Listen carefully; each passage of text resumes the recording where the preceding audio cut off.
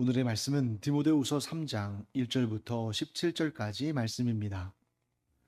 너는 이것을 알라. 말세에 고통하는 때가 이르러 사람들이 자기를 사랑하며 돈을 사랑하며 자랑하며 교만하며 비방하며 부모를 거역하며 감사하지 아니하며 거룩하지 아니하며 무정하며 원통함을 풀지 아니하며 모함하며 절제하지 못하며 사나우며 선한 것을 좋아하지 아니하며 배신하며 조급하며 자만하며 쾌락을 사랑하기를 하나님 사랑하는 것보다 더하며 경건의 모양은 있으나 경건의 능력은 부인하니 이 같은 자들에게서 내가 돌아서라. 그들 중에 남의 집에 가만히 들어가 어리석은 여자를 유인하는 자들이 있으니 그 여자는 죄를 중히 지고 여러 가지 욕심에 끌린 바 되어 항상 배우나 끝내 진리의 지식에 이를 수 없느니라. 얀네와 얀브레가 모세를 대적한 것 같이 그들도 진리를 대적하니 이 사람들은 그 마음이 부패한 자요 믿음에 관하여는 버림받은 자들이라. 그러나 그들이 더 나아가지 못할 것은 저 두 사람이 된 것과 같이 그들의 어리석음이 드러날 것임이라. 나의 교훈과 행실과 의향과 믿음과 오래 참음과 사랑과 인내와 박해를 받음과 고난과 또한 안디옥과 이고니온과 루스드라에서 당한 일과 어떠한 박해를 받은 것을 내가 과연 보고 알았거니와 주께서 이 모든 것 가운데서 나를 건지셨느니라. 무릇 그리스도 예수 안에서 경건하게 살고자 하는 자는 박해를 받으리라. 악한 사람들과 속이는 자들은 더욱 악하여져서 속이기도 하고 속기도 하나니 그러나 너는 배우고 확신한 일에 거하라. 너는 내가 누구에게서 배운 것을 알며 또 어려서부터 성경을 알았나니 성경은 능히 너로 하여금 그리스도 예수 안에 있는 믿음으로 말미암아 구원에 이르는 지혜가 있게 하느니라. 모든 성경은 하나님의 감동으로 된 것으로 교훈과 책망과 바르게 함과 의로 교육하기에 유익하니 이는 하나님의 사람으로 온전하게 하며 모든 선한 일을 행할 능력을 갖추게 하려 함이라. 자, 오늘 본문의 1절 말씀은 아주 중요한 의미를 우리에게 줍니다. 바울이 디모데에게 이렇게 말하죠. 너는 이것을 알라. 말세에 고통하는 때가 이르러. 자, 우리의 관심은 바울이 말하고 있는 이 말세가 과연 언젠가 하는 거죠. 자, 우리가 살고 있는 이 시대가 과연 말세인가 말세이지 않은가. 자, 거기에 두고는 많은 사람들이 이제 자기의 견해를 따라서 말세다, 말세다 아니다 다양한 그런 의견들을 제시하겠습니다. 하지만 분명한 사실 한 가지는 2000년 전에 지금 바울이 이 디모데 후서를 쓰던 그 당시 대략 한 주후 67년 정도 되죠. 그때로부터 지금 거의 2000년 가까이 지났습니다만 어떻습니까? 분명한 사실 한 가지는 지금 지금이 말세냐 말세가 아니냐 그런 논쟁들이 있겠지만 분명한 사실은 바울이 이 글을 쓸 때보다 지금이 훨씬 더 그 말세에 가까이 있다는 것은 부인할 수 없는 일이죠. 그러니까 지금이 말세일 수도 있고 혹 말세가 아니라면 그 말세에 보다 더 가까이 가 있다. 그런데 제 판단에 의하면 이미 말세에 들어섰다라고 볼 수 있습니다. 왜냐하면 바울이 2절부터 5절까지 이 말세의 징후에 대해서 설명을 하는데 18가지나 되는 말세의 징후들을 제시합니다. 자, 굉장히 길지만 다시 한번 제가 천천히 말씀드릴 테니까요. 여러분들이 한번 눈으로 따라가 보세요. 사람들이 자기를 사랑한다. 너무나 분명한 사실 아닙니까? 사람들이 자기를 사랑한다는 말은 우리가 좋은 쪽으로 해석해서는 안 돼요. 사랑이라는 말은 좋은 말이지만 자기를 사랑한다는 것은 뭘 의미하냐면 하나님 사랑하기를 그치고 자기를 사랑한다. 이웃들을 사랑하기를 그치고 자기를 더 사랑한다. 곧 이기적인 사랑을 말하는 거죠. 근데 여러분 우리가 잘 알지 않습니까? 오늘날 이 시대는 물론 더 심해지겠습니다만 과거에 하나님과 이웃을 사랑하는 그런 모습을 많이 버리고 자기를 사랑하는 즉 이기적인 사랑으로 하나님께서 우리에게 주신 그 사랑의 개념을 망가뜨리고 있는 그런 세대 아니겠습니까? 자, 그다음에 두 번째 돈을 사랑한다. 부인할 수 없는 일이죠. 세 번째, 자랑하며 교만한다. 자기의 자랑을 할 뿐만 아니라 그 자랑으로 그치는 것이 아니라 교만하여진다. 자, 자랑과 교만 어떤 차이가 있을까요? 자랑은 자기의 내세울 것을 막 사람들에게 막 과시하고 하는 거라면, 교만은 다른 사람들을 얕보고 깔보고 자기의 발 아래 두려는 거죠. 자, 이런 모습들. 그 다음에 비방한다. 부모를 거역한다. 감사하지 않는다. 거룩하지 않다. 무정하다. 여러분, 무정하다는 것은 뭐겠어요? 긍휼의 마음을 전혀 갖지 않는다는 거겠죠. 원통함을 풀지 않는다. 즉 용서하지 않는다는 거죠. 모함한다. 절제하지 못한다. 사납다. 선한 것을 좋아하지 않는다. 배신한다. 조급하다. 자만한다. 쾌락을 사랑하기를 하나님 사랑하는 것보다 더한다. 경건의 모양은 있으나 경건의 능력은 부인한다. 경건한 척하지만 사실은 경건하지 않은 거예요.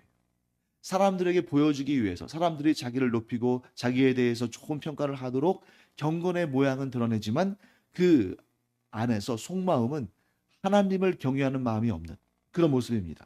자, 이렇게 18가지를 제시했는데 이 가운데 오늘날 없는 것이 있습니까? 오늘날 다 있잖아요. 다 있을 뿐만 아니라 점점 더 그 강도가 더해지죠. 그러니 오늘날 이 시대가 말세라고 분명히 볼 수 있습니다. 왜? 말세의 징후들이 다 나타났을 뿐만 아니라 점점 강화되고 있으니까. 그러므로 여러분, 우리는 말세를 살고 있다. 단 예수님의 그 최후의 심판날, 그 말세의 끝에 있을 최후의 심판날이 아직 이르지 않았을 뿐이지, 그리고 그날이 언제일지 우리가 알지 못할 뿐이지, 지금 우리는 말세, 곧 종말의 시대를 살고 있다. 이렇게 정의할 수 있겠습니다. 그러면 이 말세에 우리는 어떻게 해야 할 것인가? 자, 말세의 징후를 바울이 18가지나 쭉 제시했는데 그 말세를 살아가는 그리스도인들이 어떻게 살아야 할 것인가에 대한 바울의 가르침은 딱 하나예요. 18가지 문제에 대한 바울의 해답 딱 하나. 그것이 무엇입니까? 이 같은 자들에게서 너는 돌아서라. 자, 지금 이 말세의 징후들이 나타나고 그런 일을 행하는 사람들이 도처에 있는데,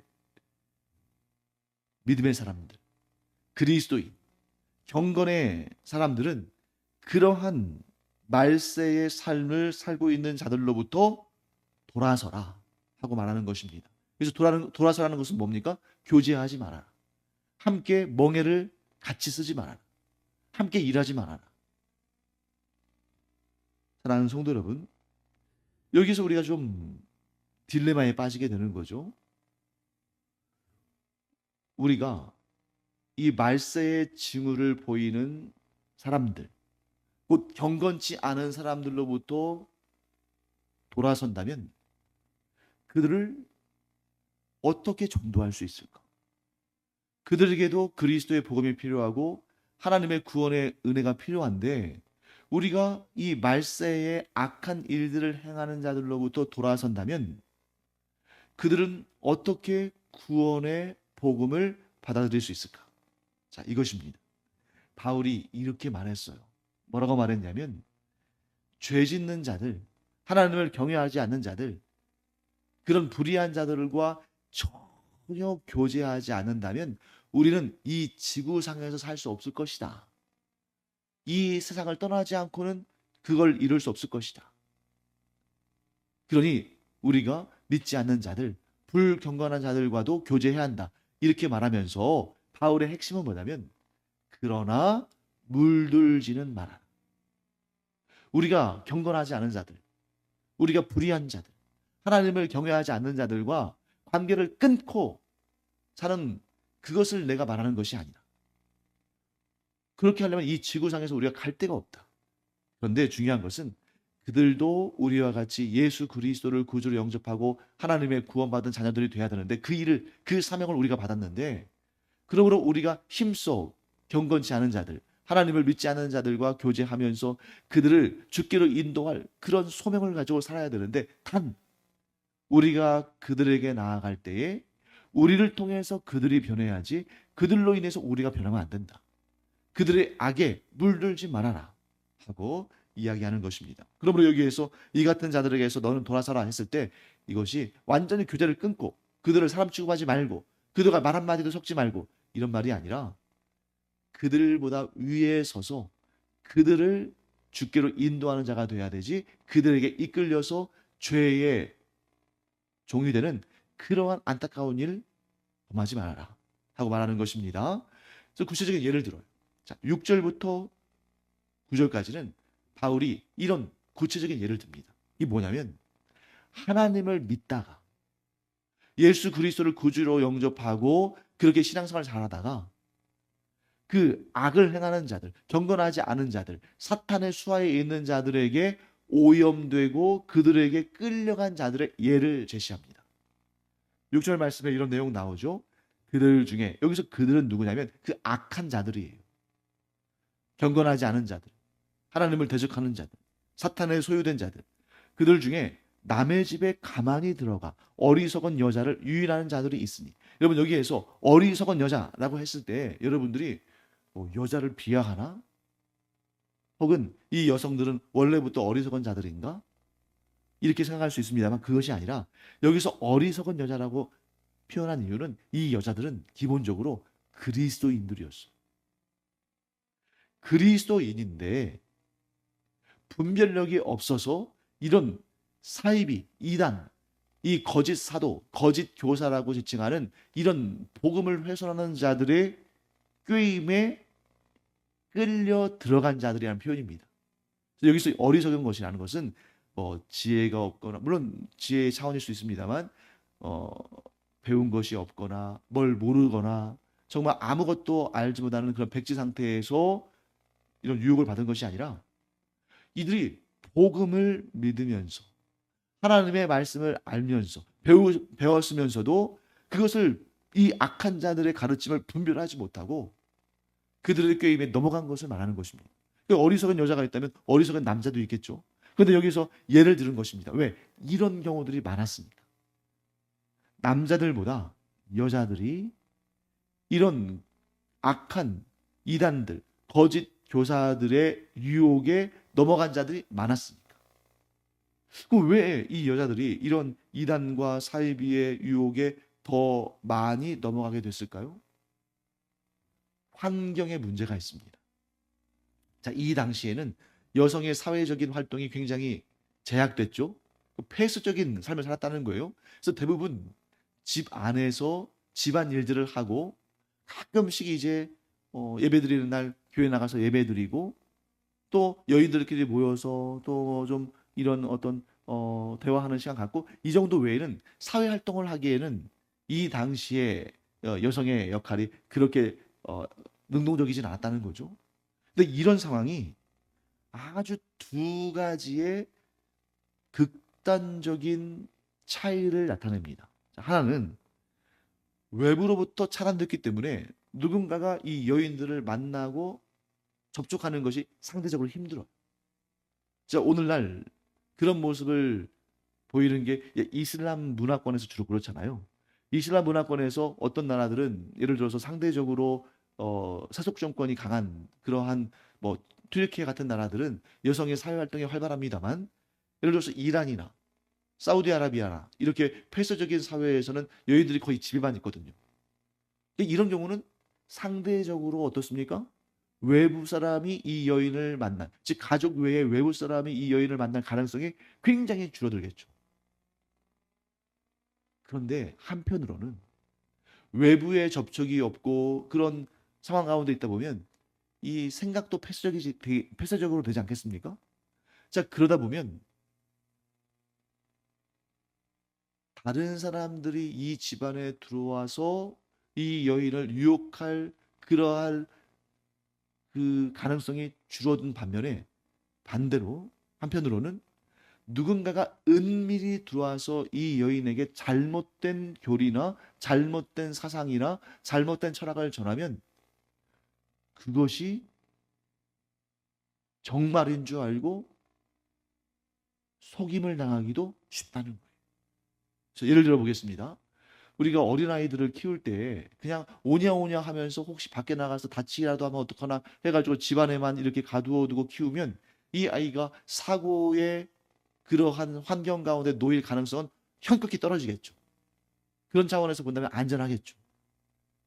그런데 밖에 나가서 뭐 흙놀이도 하고 뭐 놀이터에서 뛰놀기도 하고 이러면서 아이가 면역력도 생기고 체력도 생기고 하면서 웬만한 뭐 바이러스나 이런 질병의 그런 어떤 그 세균들이 들어올 때 그걸 좀 이겨낼 수 있는 면역력이 커질 텐데 그렇게 그냥 집에서만 있고 그러면 애가 약해져서 면역력도 떨어지고 그래서 분명히 밖에 나가서 막 그렇게 지저분한 곳에서 놀지도 않았는데 어느 날 보니까 막 감기에 걸려 있고 독감에 걸려 있고 코로나에 걸려 있고 그런 겁니다. 왜? 면역력이 떨어져 있으니까.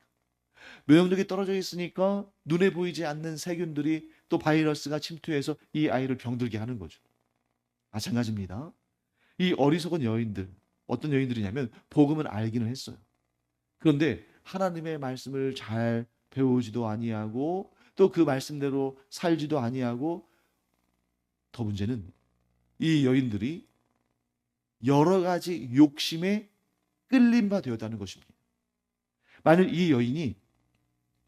이 여자가 자기의 삶을 주께 드려 주님의 뜻을 따르고 순종하며 하나님을 즐겁게 하는 삶을 살기로 마음에 작정하고 그런 하나님을 기쁘시게 하는 삶 외에 다른 것들에 마음을 두지 않고 그렇게 경건한 삶을 살았다면 이런 악한 거짓 교사들이 와서 그런 이단의 잘못된 가르침을 가르칠 때 그것을 물리쳤을 거예요.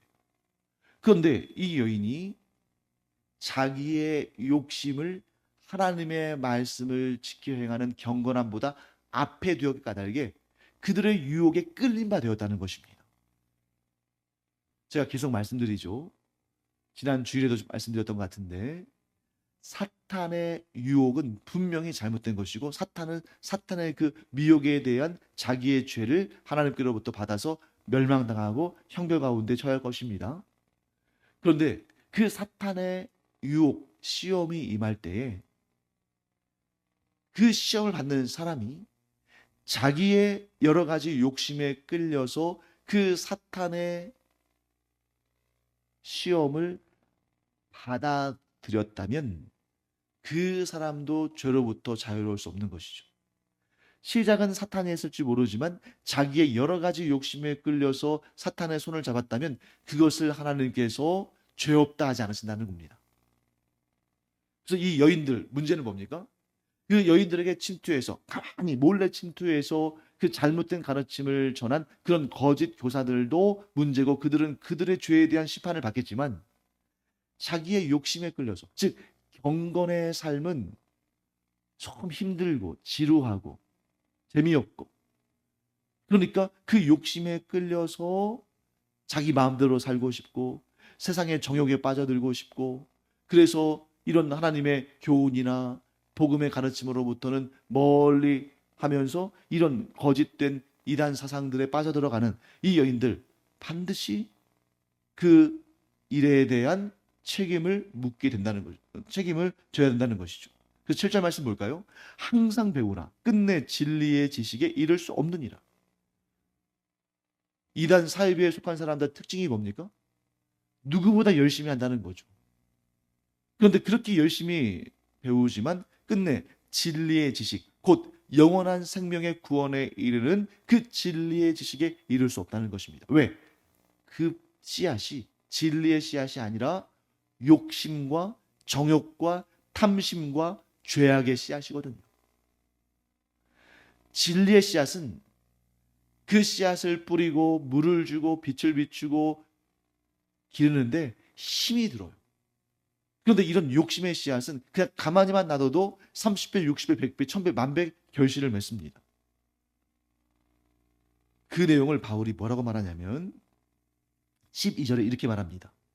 무릇 그리스도 예수 안에서 경건하게 살고자 하는 자는 박해를 받으리라. 경건하게 살고자 하는 자는 세상으로부터 박해를 받습니다. 그런데 경건하게 살기를 원치 않는 여인들은 여기 나오는 그 예를 든 여인들, 예를 든 그런 사람들은 박해를 받으려고 하지 않아요. 왜? 자기의 욕심을 채우고 자기의 원하는 것들만 관심이 있으니까. 자, 그래서 그렇게 뿌려진 씨앗들은 반드시 욕심의 열매, 곧 영원한 정죄의 열매를 맺지만 경건하게 살기 위해서 박해를 받기를 마땅히 여기고 그렇게 눈물을 흘리며 복음의 씨앗을 뿌린 사람들은 반드시 생명의 면류관, 영광의 면류관을 받는 줄 믿습니다. 그러니까 이 여인들 어떤 여인들이었어요? 경건하게 살고 싶지 않은 거예요. 경건의 열망이 있는 자들은 단번에 깨닫습니다. 당신들이 전하는 그 복음이라는 것은 사실은 정욕을 위한 것이군요. 나는 그렇게 살고 싶지 않습니다. 하고 단번에 내쳤을 겁니다. 근데 이 여인들은 그 자기들의 안에 있는 경건의 삶에 대한 그러한 소망은 없고 그냥 욕심에 끌림받은 그런 여인들인데 그러니까 거기에 손바닥도 마주쳐야 소리 난다고 그렇게 된 것이죠. 또 예를 들어 듭니다. 8절 말씀 볼까요?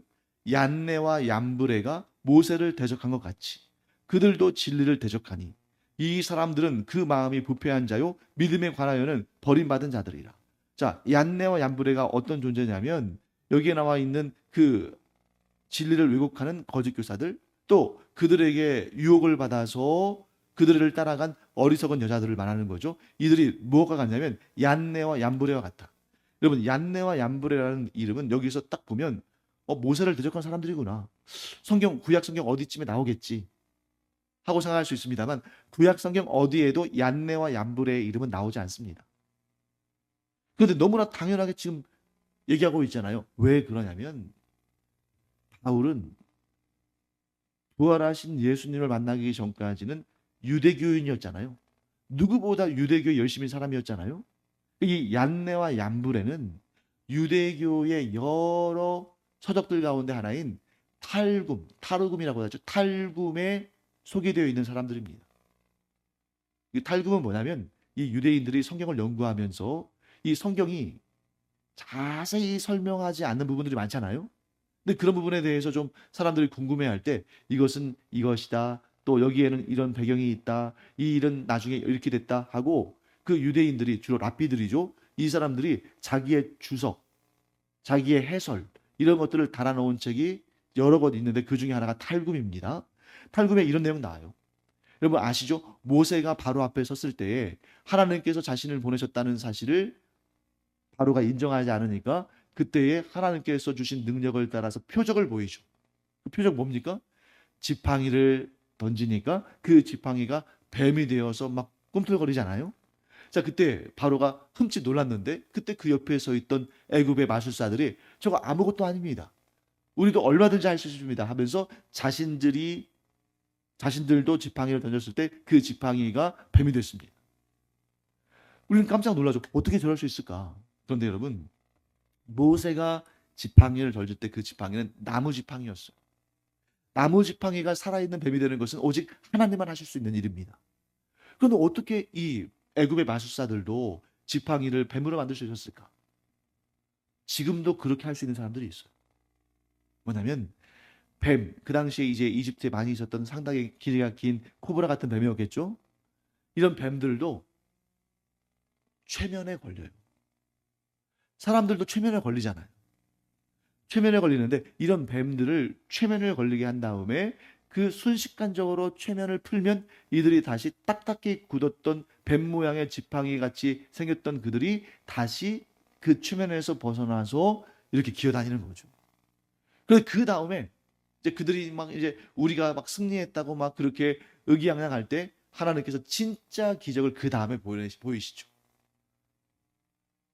모세의 지팡이가 뱀이 된 그 모세의 지팡이에서 뱀이 된 그 뱀이 그 애굽의 술사들의 뱀을 다 집어 삼키잖아요.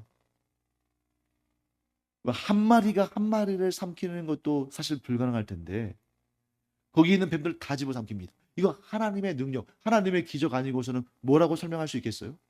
그때 그 일을 행했던 애굽의 마술사들 중에 얀네와 얀브레가 있었던 거예요. 그러니까 이들은 뭐예요? 지금 바울이 뭘 얘기하려고 이들을 인용했습니까? 거짓. 그들의 마술은 거짓이었다. 모세가 행한 그 능력은 하나님께서 주신 참 능력이었는데 그 얀네와 얀브레가 행했던 일은 거짓, 가짜. 그러니까 지금 거짓 교사들, 또 그 거짓 교사들에 의해서 그들의 욕심에 끌려서 그들의 가르침을 따라간 이 여인들, 가짜고 그 가짜는 반드시 하나님의 심판을 받을 수밖에 없다라고 말하는 것입니다. 믿음에 관하여는 버림받은 자들이다. 자, 그 다음에 이제 바울이 이 디모데가 목회하는 에베소에 너무나 많은 이런 가짜들, 이런 이단과 사이비들, 이런 사람들이 있으니까 이 어떻게 해야 되냐, 저들을 어떻게 해야 되느냐, 막 마음이 답답한 상태겠죠, 디모데가. 여러분 한번 생각해 보세요. 젊은 목회자가 사역하고 있는데 거기에 막 하나님을 대적하고 막 이단과 사이비들이 횡행하고 거기에 끌려 들어가는 사람들이 있고 너무 힘든 상황이잖아요. 그때 바울은 딱 한 가지를 고면합니다. 그게 뭡니까? 우리가 잘 알고 있는 내용이죠. 네가 어려서부터 성경을 알았는데 그 성경이 바로 진정한 믿음을 불러일으키고 구원에 이르도록 하는 지혜가 있는 것이다. 왜냐하면 모든 성경은 하나님의 감동으로 된 것이기 때문에 저 가짜 전도자들, 저 거짓 교사들은 하나님의 감동으로 일하는 것이 아니라 자신들의 욕심에 끌려서 사탄의 미혹을 받아서 일하는데, 즉 그들의 사역은 가짜인데 우리가 공부하고 우리가 묵상하고 우리가 전하고 우리가 가르치는 이 성경은, 모든 성경은 하나님의 감동으로 하나님의 영감으로 된 하나님께서 주신 진리이기 때문에 이 진리의 말씀을 배우고 그 말씀 위에 굳게 서면 교훈과 책망과 바르게 함과 의로 교육하기에 유익하니 너는 스스로 이 성경 말씀을 잘 익히고 또한 잘 가르쳐서 이 사람들로 하여금 스스로 그 악한 거짓 사도들의 가르침과 그들의 배후에 있는 사탄의 시험을 이겨낼 수 있도록 그렇게 사역을 하라. 여러분, 디모데가 일일이 한 가정 한 가정 찾아다니면서 이렇게 그 가정에 몰래 이렇게 숨어 있다가 그런 거짓 교사들, 이단 사이비들이 와가지고 그 집에 문 두드리면 가서 막 그들과 더불어 싸우고 그렇게 해서 성도 한 사람 한 사람, 한 가정 한 가정 지킬 수 있겠습니까? 못하죠. 그러니까 뭐예요? 마치 이 독감 예방주사를 맞는 것처럼, 그래서 그 예방주사를 통해서 스스로 면역력을 가지고 그런 독감 바이러스를 이겨낼 수 있도록 그렇게 스스로 승리할 수 있도록 가르쳐야 되는데, 그게 뭡니까? 오직 성경 말씀, 하나님의 말씀을 붙들고 그 말씀을 순종하며 그 말씀대로 삶으로 말미암아 이 영적인 면역력을 기르도록 하라. 그럼 다시 처음으로 돌아가겠습니다. 가면 갈수록 예수 그리스도의 그 최후의 심판 날이 가까워오는 이 말세를 살아가는 우리가,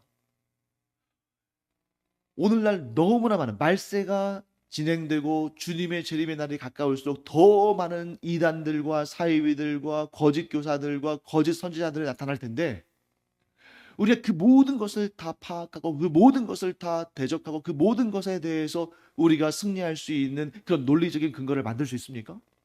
아니, 목회자인 저도 지금 이 시간에 얼마나 많은 이단과 사이비들이 있는지 알 수가 없어요. 그 하나하나 대응을 하다 보면 아주 그냥 평생을 다 써도 못합니다. 그 어떤 분들은 뭐 어떤 이단에 대해서 알려주세요, 어떤 이단에 대해서는 어떻게 대처해야 됩니까? 이렇게 묻습니다만 그거 다 할 수가 없어요. 그러면 우리는 한 가지만 하면 됩니다. 무엇입니까? 진리의 말씀인 하나님의 감동으로 된 성경을 가까이 하고 그 말씀을 항상 읽고 묵상하고 그 삶에 순종함으로 말씀의 삶을 살면 어떠한 이단 사이비들도 그 배후에 있는 사탄의 세력이 아무리 강하다 할지라도 우리를 넘어뜨릴 수 없다.